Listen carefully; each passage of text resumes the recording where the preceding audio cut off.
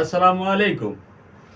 আজকে এমন একটা বিষয় নিয়ে কথা বলতে চেষ্টা করব। বিএনপির প্রতি মানুষের ঘৃণা বেড়ে যাচ্ছে। কারণ কি?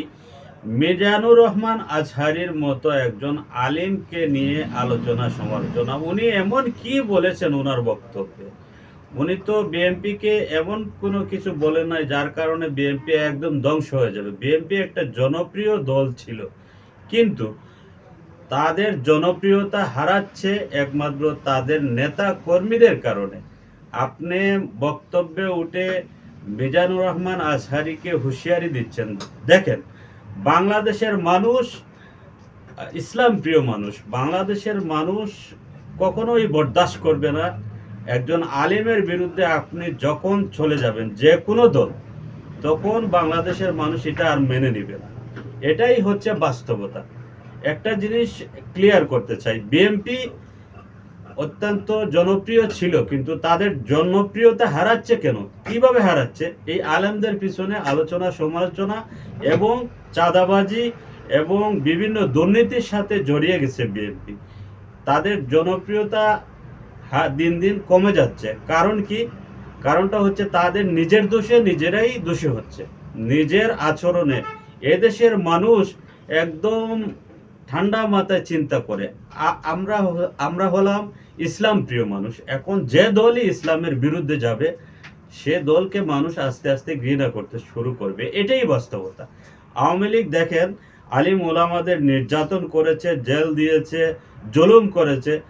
তার তার বিচার মহান আল্লাহ তাআলা মানুষকে আবার দেখিয়েছেন কিভাবে, এটা আমরা সবাই দেখেছি।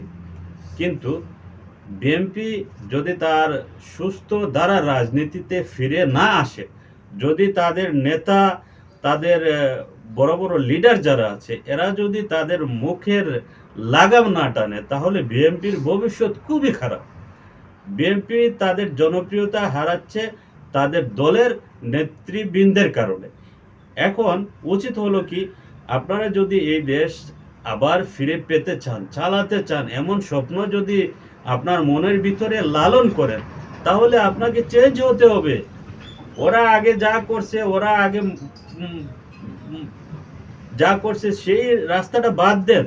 বাদ দিয়ে নতুন ধারার রাজনীতি শুরু করুন। প্রতিহিংসার রাজনীতি বাদ দেন, প্রতিদ্বন্দ্বিতা করেন। আপনি নিজে কিছু দেখান, করেন। মিজানুর রহমান আজহারী এমন কি বলেছে যার কারণে আপনারা প্রতিবাদ মিছিল মিটিং, বড় বড় নেতা সহ সবাই? মিজানুর রহমান আজহারীর একটা মাহফিলে কত লোক হয় জানেন? উনি মানুষের কাছে ভালোবাসার পাত্র কেন? তার কারণ হচ্ছে উনি ইসলাম এবং নবীর আদর্শ মেনে কোরআনের কথা বলেন, হাদিসের কথা বলেন, নবীর কথা বলেন। বিদায় আমরা সবাই ওনার এত ফলোয়ার, কিন্তু উনি তো বিএনপিকে গালি দেয় নাই, এমন ছোট করে নাই। সেই জায়গায় যদি ওনার বিরুদ্ধে আপনারা কথা বলতে চান, তাহলে নিজেরাই নিজের কপাল পড়ে খাবে। ইসলাম এটা বলে নাই।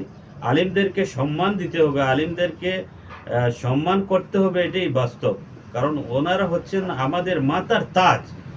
এখন যদি যাদের কারণে আমাদের পরিচয়, যে মহানবী সাল্লাল্লাহু আলাইহি সাল্লামের আদর্শ ধারণ করেন মিজানুর রহমান আজহারীরা, ওরা রাজনীতি করেন ঠিকই, এখানে হয়তো অনেকের মত ওনার সাথে মিলবে না।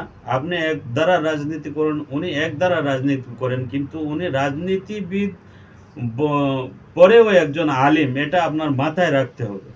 তো প্রিয় বন্ধুরা, এখানে আমার বক্তব্যের উদ্দেশ্য বিএনপিকে ছোট করা নয়। ওদেরকে বলবো যে আপনারা সুস্থ দ্বারা রাজনীতিতে ফিরে আসেন, প্রতিহিংসা বাদ দেন। কারণ যদি এদেশের মানুষ মনে করে যে বিএনপির দ্বারাও এদেশ আবার আগের অবস্থানে ফিরে যাবে, আগের চাঁদাবাজি, খুন, গুম, এগুলা যদি মানুষ মনে করে ফিরে যাবে, তাহলে মানুষ তাদের মত ফিরিয়ে নিবে।